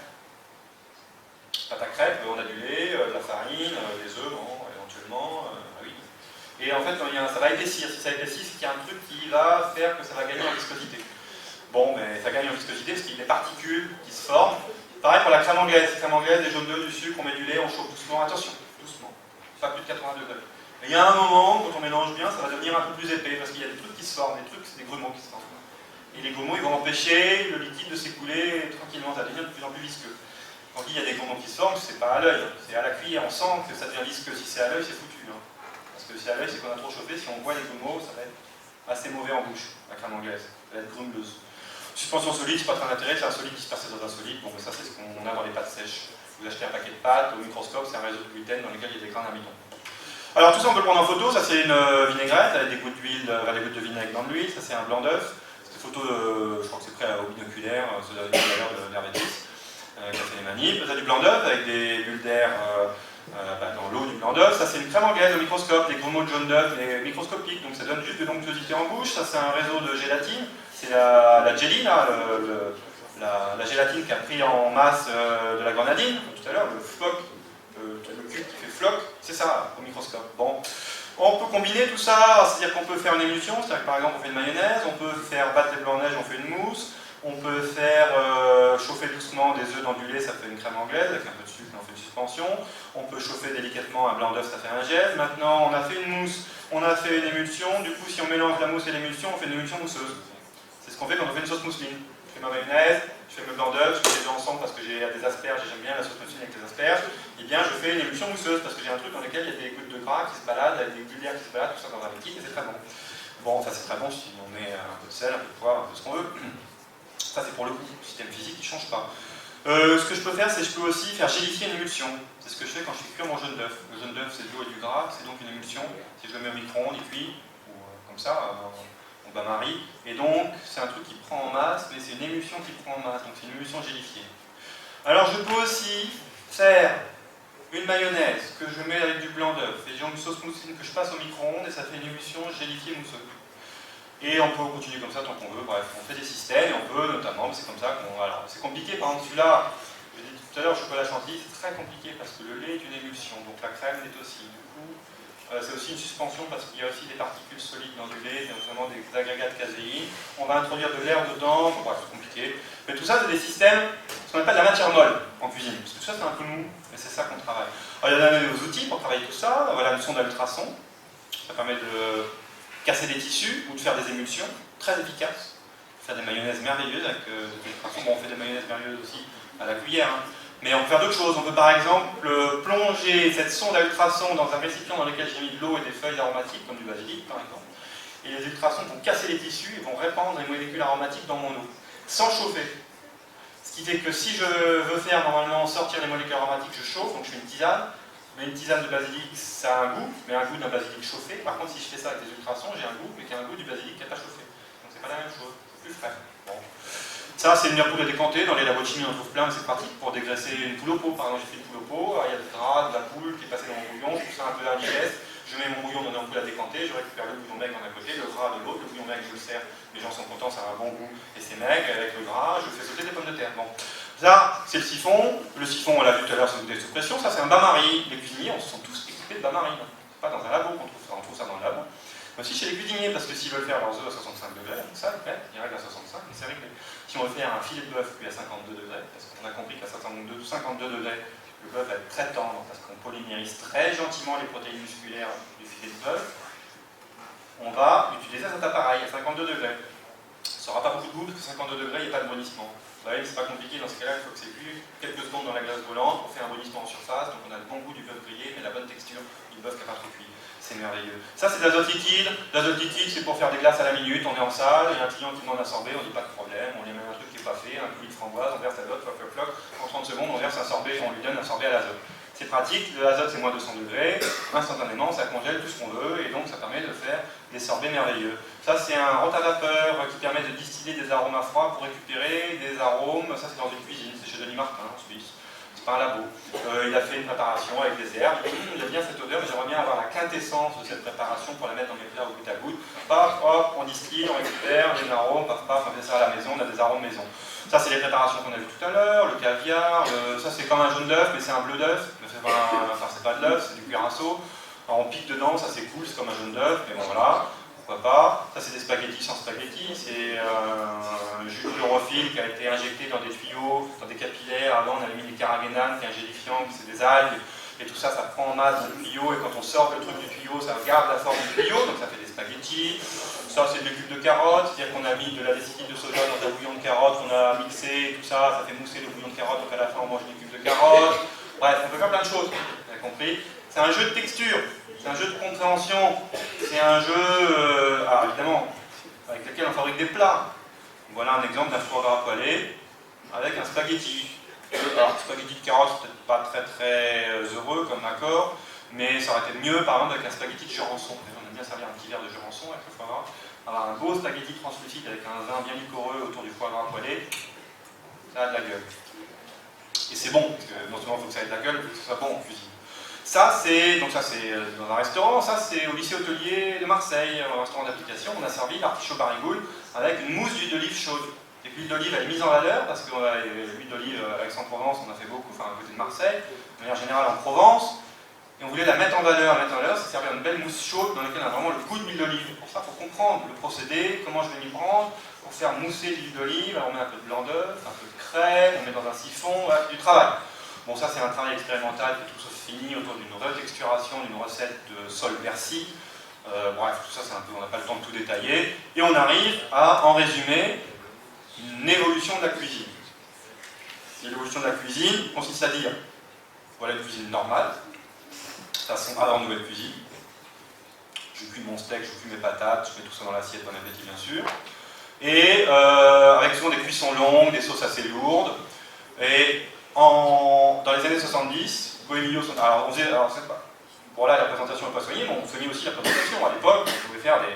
Mais c'est souvent dans un truc très construit, façon d'appart, on va faire un poisson en croûte, alors on va sculpter des écailles sur la pâte feuilletée. Bon, on a un souci de la déco aussi, mais on est quand même dans des préparations souvent très cuites, assez riches en graisse, riches en amidon.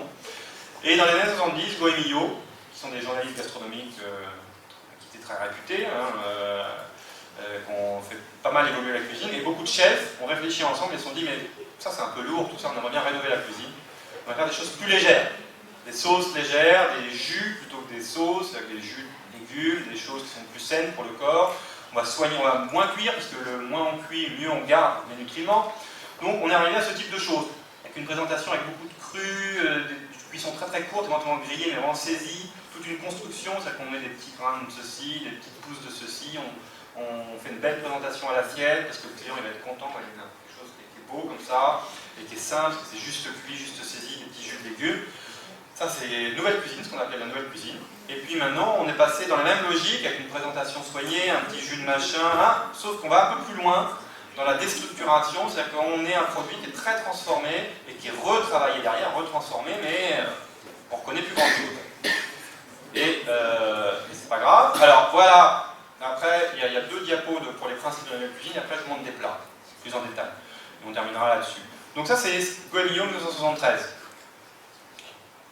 Tu ne cuiras pas trop, tu auras des produits frais de qualité, tu allégeras ta carte, tu ne seras pas systématiquement moderniste, tu rechercheras cependant ce que t'apporte les nouvelles techniques.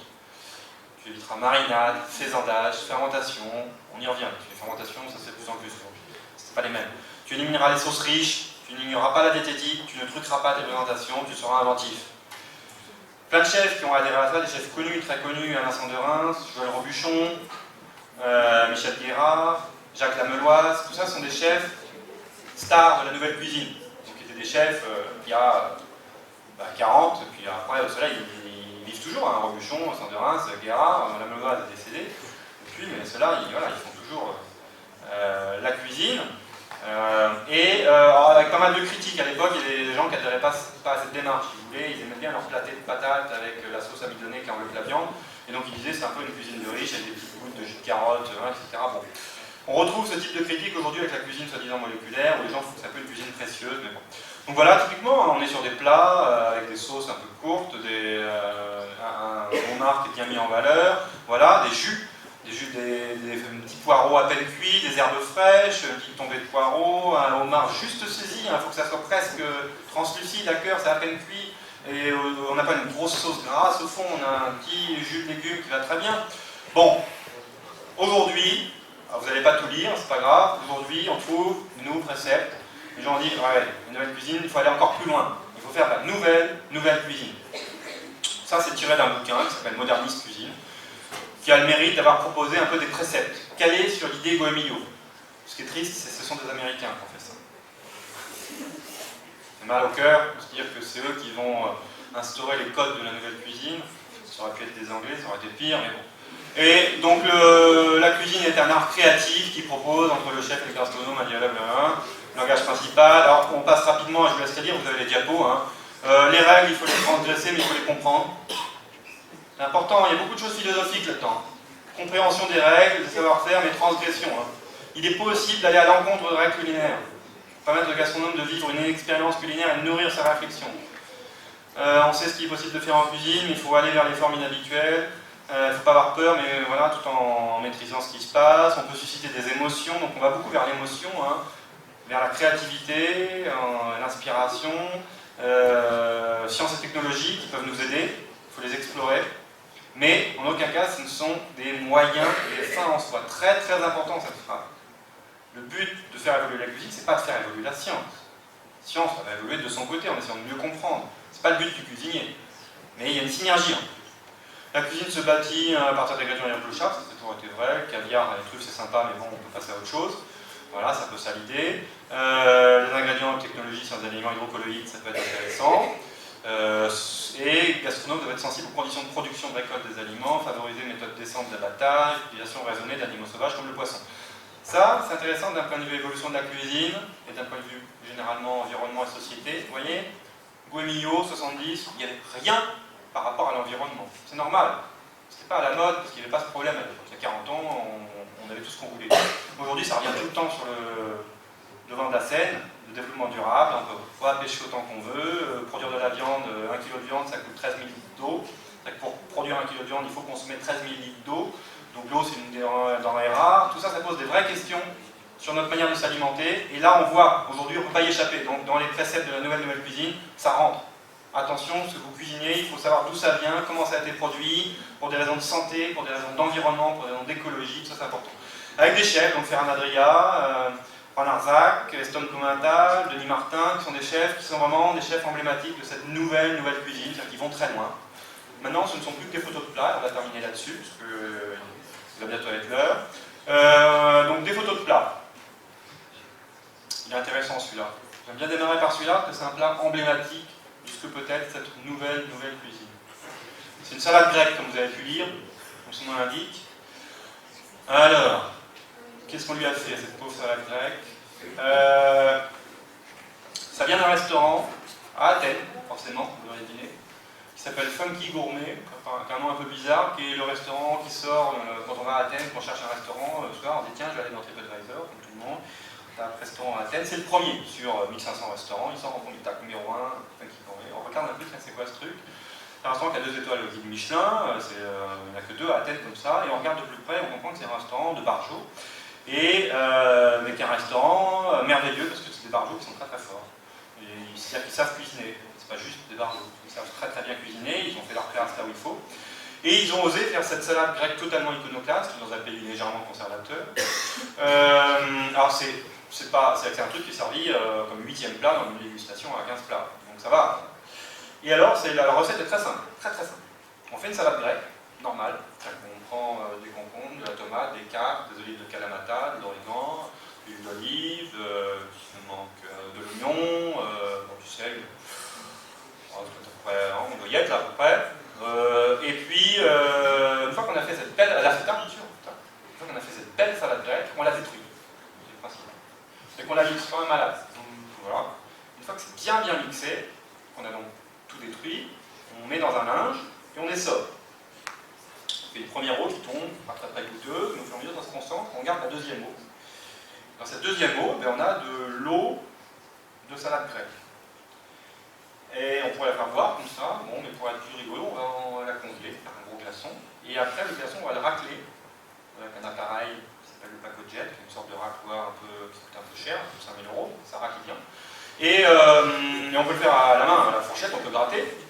Et on a une neige. En fait, on fait de la neige. Et c'est vraiment la texture de la neige. C'est-à-dire qu'après, ça arrive dans un petit bol, on serre, et puis si on prend ça comme ça, c'est vraiment comme de la neige. On a l'impression de ramasser de la neige. On fait pas ça avec les doigts, parce qu'on est au restaurant, on fait avec la cuillère, on prend ça, et c'est comme de la neige, ça fond, un peu comme des petits cristaux de neige. Et on met ça en bouche. Et là, on hallucine un peu, parce que si on ne sait pas trop ce que c'est, on ne sait pas ce bazar. Et en fait, on a un goût de salade grecque absolument extraordinaire qu'on ne peut pas avoir autrement. Le goût est beaucoup plus prononcé qu'avec une vraie salade grecque, parce que là, on a une micro-bouchée, on a une pointe de cuillère, on a tous les composés de la salade grecque en une seule pointe de cuillère. Donc on ressent tout. Et qu'à l'aveugle, on sent qu'on entend. On n'entend rien, mais on sent l'olive, on sent les capres, on sent l'acéta, on sent tout. Avec une pointe de salade grecque. Tour de force. Très très beau comme plat. Bon, ils font d'autres choses, hein. Ils jouent sur les textures, avec voilà, des trucs gélifiés, différentes textures, un peu surprenantes. Beaucoup de travail de recherche, c'est toujours le même restaurant. Hein. Travail sur la recherche sur l'emballage, des notes cajou, qui sont bien cuisinées dans un film qu'on peut manger le sachet, ça fond dans la bouche, ça croustille. Ils jouent sur la carboglace, ils ont mis de la carboglace, c'est des glaçons très très froids qui condensent la vapeur d'eau, et du coup si on a mis un parfum dans la préparation, du coup on a un brouillard qui sent bon, en même temps qu'on mange la langoustine, qui est sur son filet de poisson, on a un brouillard odorant qui est merveilleux aux narines, parce que là-dedans on a versé un petit bouillon parfumé. Bouillon parfumé, ça peut sentir bon, mais en plus là avec la carboglace, ça fait blor blor blor blor blor, parce que le gaz carbonique s'échappe, en même temps ça emmène des volutes aromatisantes et aromatisées qui sont merveilleuses. Ça c'est chez Ferran Adria, c'est juste une petite bouchée de dégustation en entrée du menu, c'est sympathique. C'est en fait comme une sphère que je vous montrais tout à l'heure, on a la sphère de petits pois, enfin, c'est une sphère de petits pois, mais c'est comme un jaune d'œuf, on le met en bouche, ça casse, et à l'intérieur on a un coulis de petits pois bien travaillé, c'est pas juste des petits pois, c'est assaisonné, c'est comme il faut. La texture est surprenante, parce que c'est onctueux, il y a une petite peau gélifiée autour. Voilà, on peut aller sur des totems de foie, ça c'est chez Arzac, un totem de foie de volaille, on est sur des textures et sur les présentations. Vous voyez, on a une construction, il a accroché des petits oignons nouveaux, là, peut-être des petits, je ne sais pas ce que c'est, ça doit être un peu de comment ça s'appelle, safran. Une poudre de quelque chose, des petits ronds de gel de quelque chose, ça a du goût. On a des gâteaux très moelleux, très aérés, très spongieux, avec des granités, avec des sphères, on ne sait pas ce que c'est, il y a sans doute un jus aromatique dedans, on a des glaces qui sont bons, sûrement. Pardon, ça c'est chez Paduri, je crois. C'est un cuisinier espagnol ici. On a j'ai presque fini, il reste 2-3 photos. On a le sorbet flambé, Eston Blumenthal, à côté de Londres. C'est-à-dire qu'il y a le truc qui arrive, alors non seulement il y a de la vapeur qui s'échappe, bon ça on a vu comme tout à l'heure pour les langoustines, mais en plus ça flambe. C'est-à-dire qu'on a le sorbet, et puis on verse un alcool dessus, on flambe, on dit ouais super, bonne idée, sauf que le sorbet ils font pas. Donc ils flambent, mais ils s'en foutent quand ils flambent, et une fois que ça finit de flamber, le sorbet il est toujours là, et il est là. Donc il y a un truc, alors il y a un truc, oui, un petit agent gélifiant, il y a un peu de gélate, comme des algues, comme les polysaccharides avec lesquels on fait les sphères d'alginate, et c'est un polysaccharide qui résiste à la chaleur, donc du coup ça maintient bien la quenelle de glace. Ici, quand on la mange, elle est toujours froide, en tout cas à cœur, mais elle n'a pas fondu, parce qu'elle a été maintenue par la générale. Donc c'est surprenant comme dessert. Ah, une belle omelette aux champignons, tout à fait. Ça c'est dans le livre Moderniste Cuisine, avec les préceptes de la nouvelle cuisine. Hein. Ils font plein de recettes, c'est un livre qui coûte un peu cher, qui coûte 500 €, mais il pèse 20 kg. C'est un livre de 20 kg, donc ça ne s'emporte pas partout avec soi, enfin c'est 5 tonnes. Ils ont un peu revisité comme ça tous les répertoires de la nouvelle cuisine, et ils font une belle omelette de champignons. Ça c'est pour vous montrer que juste en travaillant le produit, on peut faire des choses nouvelles. On est sur un travail qui n'est pas du tout, là il n'y a pas d'additifs, les additifs ne sont pas du tout nocifs, hein. Ces additifs qu'on utilise, c'est des texturants, de l'agent issu des algues. Mais là il n'y a même pas ça, c'est juste un travail sur le produit, c'est qu'on a des champignons qui ont été très très finement mixés avec du jaune d'œuf, et on a trouvé un moyen pour faire des stries. Vous avez la vidéo sur internet, vous tapez mushroom, omelette, moderniste cuisine dans YouTube, et vous avez la vidéo de la démonstration. Vous avez des petites bucelles de champignons, une crème de jaune d'œuf moelleuse, cuite à basse température, passée au siphon, c'est merveilleux, on a le moelleux, on a le croquant, on a tout ce qu'il faut. C'est très très bon, et ça a de la gueule. C'est pas dire que c'est mieux que la omelette qu'on a l'habitude comme ça, là, qui est pas mal aussi, ça est bien faite, mais ça c'est pas mal, ça fait chic, une assiette. Alors ça c'est assez difficile à servir comme ça, mais c'est un petit peu donc, mais par contre, ça c'est la couverture du fameux livre, Moderniste Cuisine. C'est pour vous montrer, c'est un montage photo pour montrer un travail qui est fait sur l'hamburger. C'est un hamburger qui met à peu près 24 heures pour être fait, du coup qui n'est pas servi traditionnellement au restaurant, très un peu cher aussi, dans lequel chaque étage a fait l'objet de recherches avec des scientifiques et a été travaillé pour optimiser la texture, les goûts, les saveurs, les odeurs. Juste un exemple, hein, sur le steak. Le steak, il y a des semaines de travail pour le steak. Parce qu'il a fallu trouver la variété de viande, goûteuse, tendre, le morceau de cette variété de viande qui correspond à ce qu'on voulait. Trouver un appareil qui permettait de mixer, enfin pas mixer, de tailler la viande, la hacher, pour qu'il y ait des fibres qui soient de la bonne taille. En même temps, les fibres ont été alignées, pour être toutes dans le même sens, pour après couper, pour avoir un steak dans lequel toutes les fibres sont perpendiculaires au plan de coupe. Ce steak est plongé dans l'azote liquide pour le saisir, pour lui en faire un glaçon, qui après va permettre, en le passant dans un bain très très chaud, de faire des réactions de Maillard, c'est-à-dire de faire ce brunissement autour pour avoir le bon goût grillé, mais sans surcuit à l'intérieur, pour garder cette texture merveilleuse de la viande crue, quasiment tartare. Et du coup, à la fin, quand vous mordez là-dedans, vous avez ce goût de viande grillée extraordinaire, mais en même temps, vos dents sont parallèles aux fibres du steak, qui fait que c'est très très très moelleux. C'est merveilleux, merveilleux. Et donc voilà, un travail de recherche. Ah, la soupe. Pour vous montrer que c'est un travail qu'on peut faire en lycée, et ça c'est un lycée hôtelier qui a fait le boulot. C'est-à-dire qu'ils se sont dit on va rénover la soupe, on va faire une soupe manger main. Manger main, quelque chose qu'on fait beaucoup en maison de retraite ou en institution. Pour des raisons peu sexy par rapport à la gastronomie, c'est qu'il y a des patients qui ont un peu de mal à manger avec des couverts, pour des tas de raisons. Et donc, j'avais un vrai cahier des charges. Faites une soupe qu'on peut manger à la main. Et ils ont fait une soupe, en réalité des soupes, parce qu'ils ont un consommé de betterave, un consommé de poireaux, un consommé d'épinards, un consommé de poireaux, un consommé de céleri, un consommé de carottes, et tout ce qu'il faut pour... Et après c'est chaud, c'est servi chaud, parce que c'est texturé en fait au blanc d'œuf, et on peut prendre comme ça les petits cubes. Si on peut faire la betterave, on prend celui-là, si on peut faire la carotte, on prend celui-là. Comme ça il y en a pour tout le monde. Et on a tous les bons nutriments de la soupe, plus les bonnes protéines du blanc d'œuf, c'est merveilleux. C'est le lycée de Créteau, à côté de Rouen. Très bon lycée hôtelier, il pousse très loin d'expérimentation, très sympathique. Bon, et pour finir, de manière générale, qu'est-ce qui est passé dans cette nouvelle cuisine? C'est finalement, on arrive à une cuisine hybride. C'est que ça, c'est un plat qui est servi par Noël Butrin, qui travaille au Futuroscope. Et d'ailleurs, un chef qui a commencé sa carrière il y a 50 ans chez La Meloise. La Meloise, c'est le monsieur de la nouvelle cuisine de tout à l'heure. C'est la connexion. Bref, et ce chef, donc, qui est aujourd'hui chef du Futuroscope, à Poitiers. Le Futuroscope, c'est un parc d'attractions autour du futur, donc il faut faire une cuisine du futur. Il faut être cohérent avec le thème. Mais en même temps, faire une cuisine qui se fasse aussi honneur pour la cuisine française. Donc on a ce type d'assiette hybride, c'est-à-dire qu'on a des trucs normaux, foie gras poêlé, une petite du sel de pomme, un petit fond avec de l'huile parfumée avec des herbes, et puis on a des chips de légumes déshydratés, c'est un peu nouveau, un espuma, c'est-à-dire une crème de champignons passée au citron pour faire une mousse de champignons très très légère, et des pommes d'amour. Des pommes d'amour qui sont des pommes trempées dans une gelée de carrageenan à la cerise. Ça a cette belle couleur des pommes d'amour à la foire, là, et en même temps, ça a ce goût de cerise un peu acidulé qui va très bien avec le foie gras. Donc on a vraiment une assiette hybride, c'est-à-dire qu'on a des techniques moléculaires, ou modernistes, on va dire, avec des techniques traditionnelles, et ça fait une assiette merveilleuse parce qu'on touche à tous les registres, et c'est très bon, et voilà. Donc si maintenant vous voulez lire quelques bouquins, il y a la physiologie du goût, c'est intéressant. Il y a les bouquins d'Herlétis, qui vous expliquent pas mal de choses. Il y en a plein, hein. Si vous lisez l'anglais, ce que j'espère à votre cas, il y a un très très bon bouquin en anglais, Food and Cooking, qui est écrit par un journaliste, Harold McGee, qui vraiment, c'est un excellent bouquin qui couvre un peu tous les domaines. Je vous le conseille énormément, comme ça à la fois on fait de la science, de la cuisine et de l'anglais, et vous pouvez demander de plus. Et je vous mets le mien, parce que ça vient de cette photo, ça c'est une photo, je rends hommage à Denis Martin, qui est ce fameux chef donc, qui a participé à mon livre, parce qu'en fait c'est un collectif, hein, et donc qui est en couverture, parce avec ce filet de bœuf de Kobe et cette mousse de houblon. Et alors ce livre, très honnêtement, je ne vous le conseille pas. C'est pas parce que c'est le mien, mais c'est parce qu'il faut attendre un peu.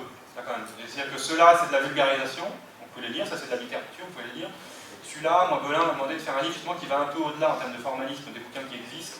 Donc on est sur une science culinaire, c'est qu'on explique la mayonnaise, les bulles du champagne, le goût, tout ça c'est expliqué dans le livre, mais il faut avoir une licence de science, même pour dire que c'est pour les ingénieurs ou les masters, donc dans quelques années, repensez-y. Parce qu'on décortique vraiment tous les phénomènes, toutes les préparations, mais avec un formalisme qui peut être un peu dur. Pas sur tous les chapitres, il y a des chapitres qui sont un peu plus faciles que d'autres, mais bon, voilà. Si un jour vous croisez dans une bibliothèque, vous pouvez feuilleter, voilà, il y a des choses qui sont lisibles, mais voilà, c'est pas un livre qu'on lit dans son livre, contrairement aux autres. Et merci pour votre attention, si vous avez des questions.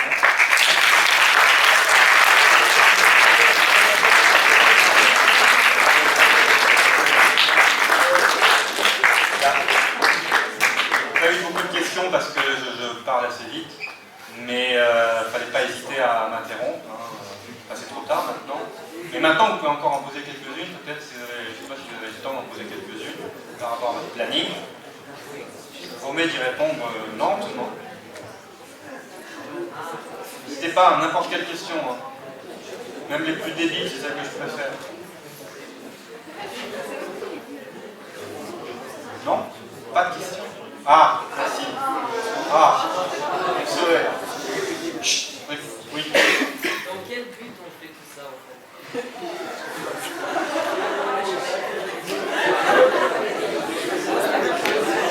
Il y a une autre question. Non, oui, alors dans quel but on fait tout ça? Dans quel but on fait tout ça? Alors, c'est une excellente question, en fait. C'est vraiment une excellente question, parce qu'elle est très riche. Dans quel but on fait tout ça? Il y a plusieurs choses. Le premier volet, c'est la connaissance. La connaissance, sans partir de des grandes envolées lyriques, je dirais que c'est ce qui fait qu'on est homme par rapport à ce qui fait qu'on n'est pas animal. On est animal d'un point de vue biologique, mais d'un point de vue plus justement anthropologique, pour le coup, l'homme a pris l'habitude de réfléchir et d'essayer de connaître son environnement. Alors après, il ne faut pas faire de dichotomie comme ça, parce que surtout dans les muséums, on va discuter, on va dire oui, mais les primates aussi, c'est vrai, ça c'est un continuum. Mais le fait est qu'on pousse quand même le système de la connaissance à des extrêmes qui n'ont pas l'équivalent dans aucun règne animal. Donc la connaissance, c'est ce qui fait qu'on est homme, de manière générale, connaître notre environnement, connaître ce qui se passe, comprendre ce qui se passe, ça fait partie de notre nature, et on ne peut que aller là-dedans. Maintenant, ça c'est un objectif, j'allais dire, purement intellectuel, comprendre. Mais à partir du moment où on comprend, ce que disait Escoffier d'ailleurs, c'est un champ scientifique, on maîtrise. Parce que la maîtrise de l'environnement passe par la connaissance de l'environnement.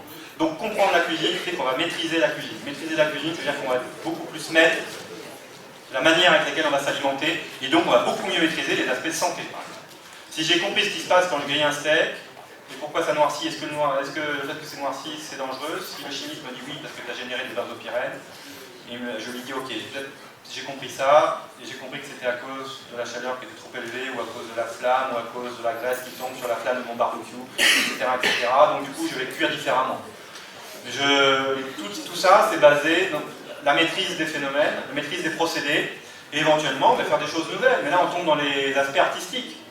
Effectivement, le chef qui a depuis tout le temps fait sa chantilly, si un jour je vais le voir, je vais dire, mais tu sais, tu peux faire des trucs comme ça sans mettre de matière grasse, parce que moi j'ai compris comment ça marche, le chef il va être intéressé, parce que du coup, on va étendre tout un volet artistique, et l'art culinaire en France, il est absolument primordial, parce que c'est aussi une bonne partie de notre culture, une bonne partie de notre activité touristique est basée sur la renommée de notre gastronomie. Si la cuisine française n'évolue pas, elle va mourir. Donc la cuisine doit évoluer, pour la faire évoluer, il faut expérimenter, il faut comprendre ce qui se passe. J'espère que j'ai bien répondu.